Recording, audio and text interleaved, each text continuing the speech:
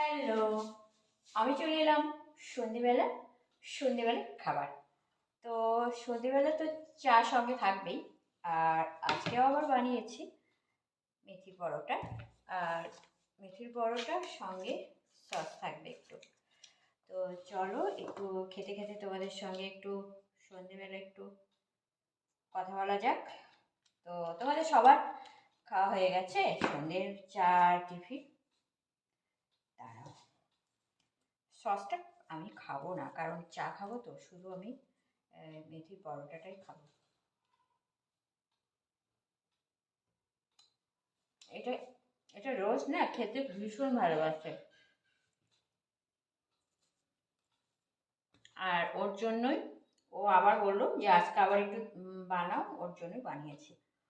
হুম। এই বাবু, চলে আয়, বানিয়েছি। হ্যাঁ, তো ও চলে আসুক, আর আমরা একসঙ্গে সন্ধ্যেবেলা টিফিনটা খেয়ে নেবো, ঠিক আছে?